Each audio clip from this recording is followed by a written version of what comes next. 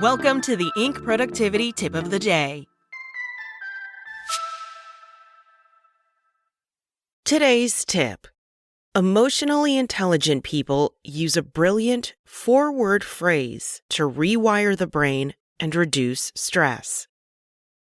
It's a common antidote to dealing with anxiety, putting things into perspective. Sure, easy enough, right? Think again, Deepak Chopra. What does it mean to put things into perspective? It's expounded on from all corners of the internet, serving as the go-to mantra for self-help gurus. But as a behavioral scientist, I'm not sold. In most cases, it's a vague, blanket-style statement that has little practical meaning. It doesn't do much at all to reduce a person's anxiety. And anxiety, we know, is best resolved through actionable coping-based tactics. The emotionally intelligent see valuable insights in this four-word phrase. They see what it really means when you say, put things into perspective. It begins with the brain, the anxious brain, and perspectives.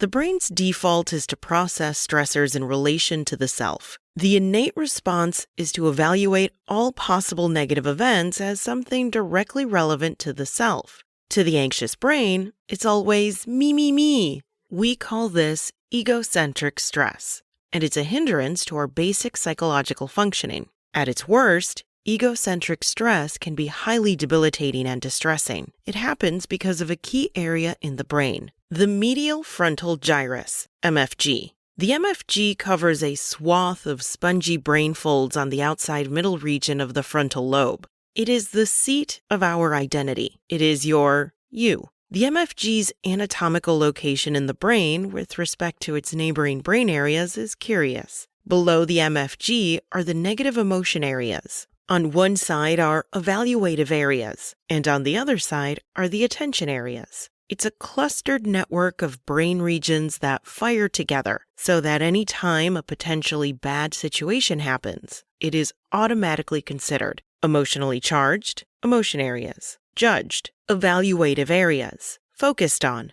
attentional areas, and most of all, personally relevant, MFG region. This default structure of the brain can lead to rumination. A person may shift attention back to the anxiety over and over again, leading to a dysregulated, emotion-based processing. In fact, people suffering from depression tend to show patterns of hyperactivation in these brain areas. Back to our four-word phrase. Putting things in perspective ultimately means rewiring the MFG and its neighboring connections. It means engaging in strategies and tactics that separate the you from the anxiety, putting thing into time perspective. Scientific evidence says a highly effective way to pull ourselves away from the negative event and thus reduce anxiety is to alter our perspective on time. We humans are highly skilled in mental time travel. It's called chronothesia, and it's the brain's natural ability to be constantly aware of past and future versions of ourselves. It's believed to be the basis of human consciousness, what separates us from our closest primate relatives. It's important to understand that when we recall the past or forecast the future, we do so in varying degrees of temporal, psychological distance. We can think of events that happened yesterday, a week ago, a decade ago, and so on. Likewise, we can imagine a future of tomorrow, next month, or 20 years from now. Not all temporal distances during mental time travel are equally effective for changing perspectives. Distant memories, forecasts are lived in the mind's eye through an observer or objective perspective. Near memories, predictions, are lived more in a subjective or first-person perspective. What this means then is that separating yourself from anxiety, i.e. putting things into perspective, is best done by generating experiences that are more distant in your mind to gain greater objectivity. Here are a few exercises that you can try out. Future retro-reflection. Imagine yourself and your life a year from now. You might not know exactly what this will look like, but do your best to envision what you might be doing, how you'll be behaving, who you'll be interacting with, etc. Get as concrete and specific as you can. The goal here is to simply see your future self as some objective individual.